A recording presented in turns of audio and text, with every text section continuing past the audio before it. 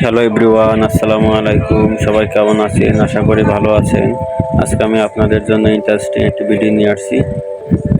এই ভূমি রেকর্ডের জরিপ অধিদপ্তরে আবেদন করেছেন, কিন্তু আপনারা হয়তোবা জেনে থাকবেন যে ভূমি রেকর্ডের জরিপ অধিদপ্তরে কিন্তু অতি শীঘ্রই পরীক্ষা শুরু হতে যাচ্ছে এবং এসএমএস দিয়েছে 26শে জুলাই পরীক্ষা হওয়ার কথা। কিন্তু আসন্ন কোঠা আন্দোলনকে কেন্দ্র করে স্থগিত করা হয়েছে পরীক্ষা। আপনারা যারা জানেন না, অতি দ্রুত আপনারা জানতে পারবেন না।